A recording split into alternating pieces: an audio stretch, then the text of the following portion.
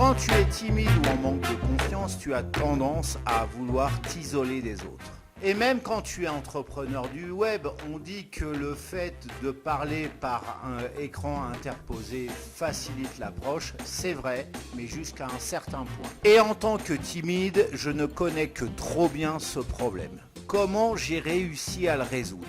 Eh bien tout simplement en allant interviewer des experts. Ah l'horreur! Oh, c'est pas pour moi, tu vas me dire. Attends, bouge pas. Laisse-moi d'abord t'expliquer ce que je fais dans cette vidéo et quelle est ma manière de procéder. Bonjour si tu ne me connais pas, si tu arrives totalement par hasard sur cette vidéo, je me présente, je m'appelle Cédric Corneloup et je suis web marketeur pour les entrepreneurs timides, introvertis ou en manque de confiance. Je vais lancer le jingle juste avant, je t'invite à liker cette vidéo, à t'abonner à cette chaîne bien évidemment et au moment de t'abonner, clique sur la cloche pour ne rien rater des prochaines publications. Bon, j'ai fini mon blabla, je lance le jingle, je t'explique quel a été après mon retour d'expérience concernant des interviews. C'est parti.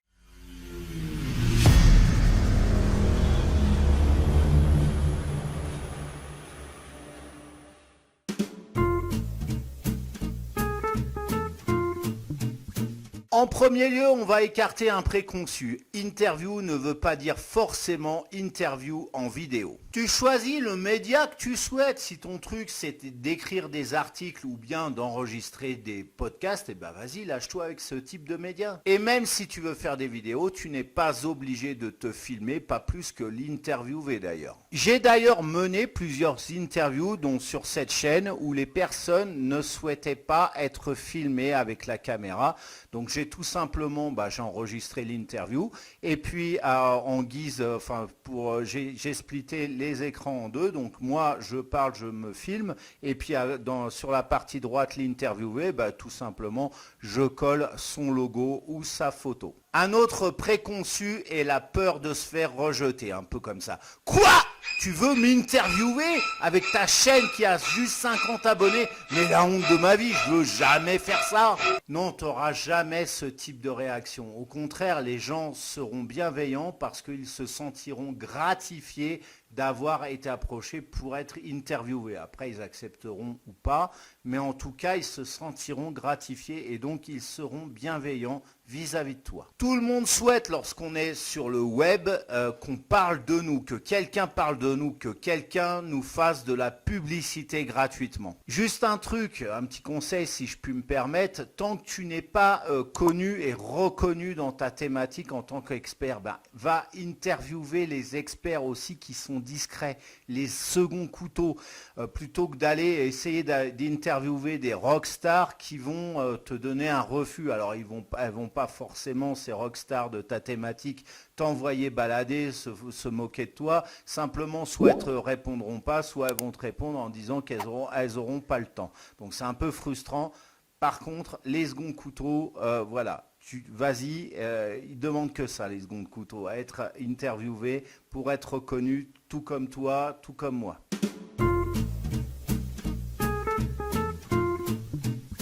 Bon, tu as décidé de passer à l'action, voici comment je procède. Premièrement, surtout quand j'ai commencé, j'ai posé des annonces sur mon profil ou sur des groupes Facebook spécialisés. Le message est très simple, tu dis « Bonjour les amis, je recherche des experts dans… » et là tu précises ta thématique. Pour plus d'informations, veuillez me laisser un commentaire ou taper info par exemple, ou m'envoyer un message privé. Voilà, c'est tout. À partir de ce moment-là, tu devrais avoir des retours. Alors, petite précision, par rapport aux personnes que je vais interviewer, je n'ai qu'un seul critère de sélection, c'est pas l'argent, les revenus engendrés par la personne. Bon, ça, tu peux l'avoir si tu es vraiment dans le web marketing pur et dur. Moi, ce que j'ai comme critère de sélection, c'est que la personne que je vais interviewer ait déjà quelque chose à vendre, un système déjà en place. un coaching, une formation, un produit, mais par contre s'il a rien, je ne me retiens pas, je lui dis clairement les choses. Parce que si tu es dans ce cas-là, autant aller au bistrot et discuter accoudé au comptoir avec GG, avec un verre de pastis et refaire le monde. Non, si j'interviewe des gens, c'est pour qu'ils apportent une valeur ajoutée à mon audience, quelque chose.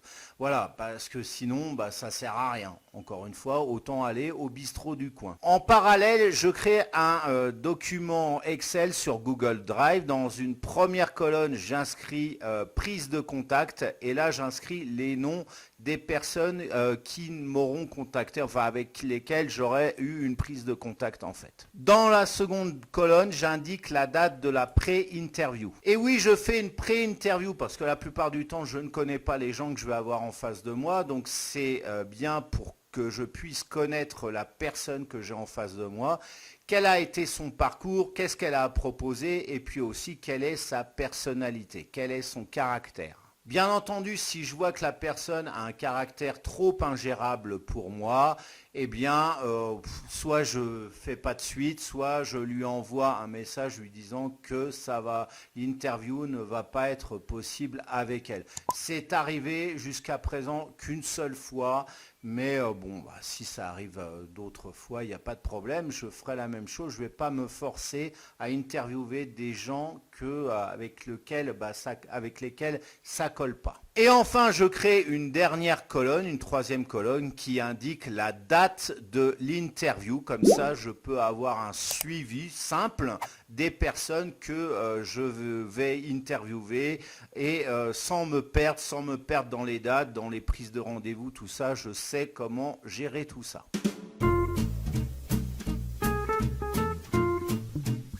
Je passe à partir de cette partie et dans les suivantes aux avantages que j'ai pu remarquer en réalisant des interviews, des avantages que j'ai pu recevoir en faisant cela. Et en premier lieu, tu vas rencontrer directement de nouvelles personnes. Ça va vous permettre d'échanger de façon directe et d'avoir ce qu'on appelle un rapport humain. D'habitude, quand tu communiques, tu vas faire des publications sur ton blog ou sur Facebook, par exemple. Mais dans ce cas, tu vas devoir accrocher à la base des personnes qui n'ont aucun intérêt à venir te voir. Et ça risque d'être long, très long. Et finalement, peu de personnes te suivent. Tu vas devoir déployer beaucoup d'efforts dans le long terme.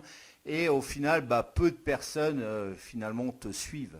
Là, au contraire du fait que tu aies un contact direct, tu n'as pas besoin de te vendre, dire ouais, je fais ci, je fais ça, mon produit il est génial, etc., etc. Ça va se faire naturellement.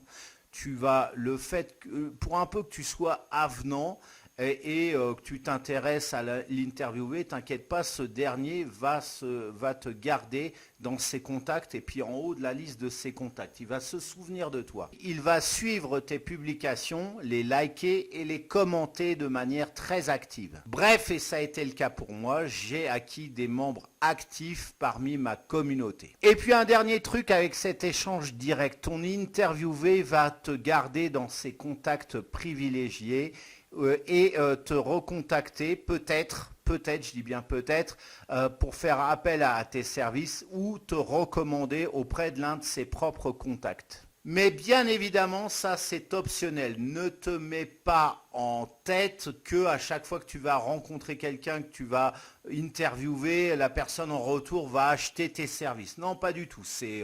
C'est une éventualité, bon voilà, tu t'es préparé à ça, mais c'est absolument pas un aboutissement au final. Voilà, les gens sont intéressés à la base pour être interviewés, pas que tu essayes de leur refourguer tes produits, tes formations. Si jamais tu t'amuses à faire ça, les gens ils vont le sentir et ils vont te fuir. Non, au contraire. Dis-toi que ce n'est pas une finalité en soi. Si ça doit arriver, tant mieux pour toi. Mais mets ça de côté et puis voilà, reste focus sur l'interview et n'aie pas d'arrière-pensée de ce type. Parallèlement à ça, eh bien toi aussi tu vas augmenter le nombre de tes contacts dans ton carnet d'adresses. Et peut-être que toi aussi tu vas avoir besoin de faire appel à leur service. Le fait d'avoir discuté comme ça durant la préparation de l'interview et puis durant l'interview, tu vas être à même de savoir si ces personnes sont fiables ou du moins peuvent t'apporter quelque chose pour toi et donc de savoir si tu vas faire appel ou non à leur service.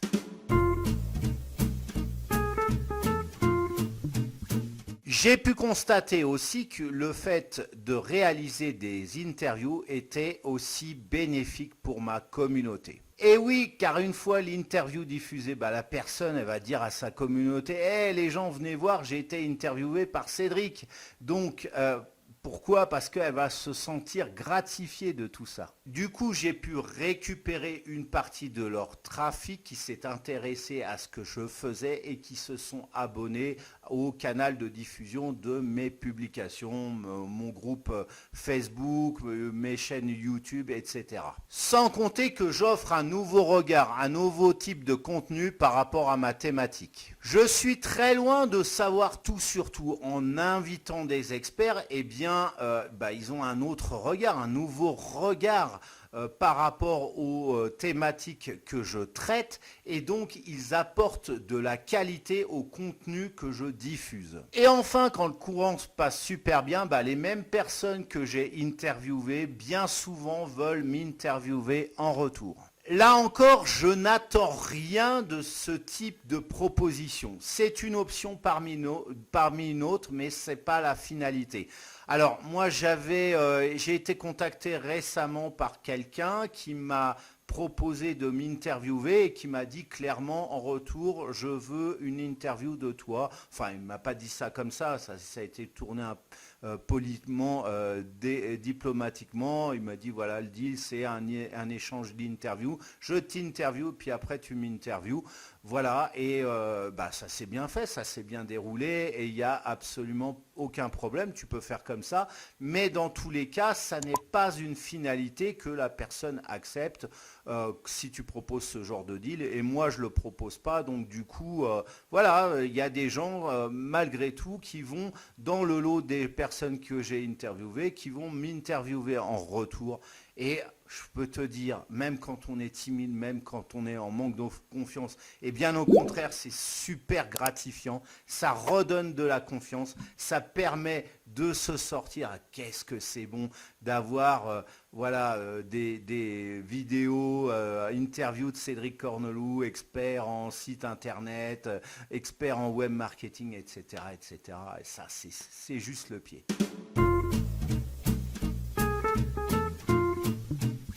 Au-delà de tous ces avantages évidents que je t'ai décrits, et notamment à la fin de la précédente partie, tu vas gagner énormément en confiance, comme je te disais juste à la fin de la partie précédente. Et oui, tu vas pouvoir sortir de ta coquille sans faire de vente classique. Tu sais que la vente classique, il n'y a rien de pire qui puisse nous mettre à mal, nous les timides, nous les gens en manque de confiance. Donc tu vas pouvoir sortir de ta coquille sans te vendre de façon classique, mais en te vendant naturellement.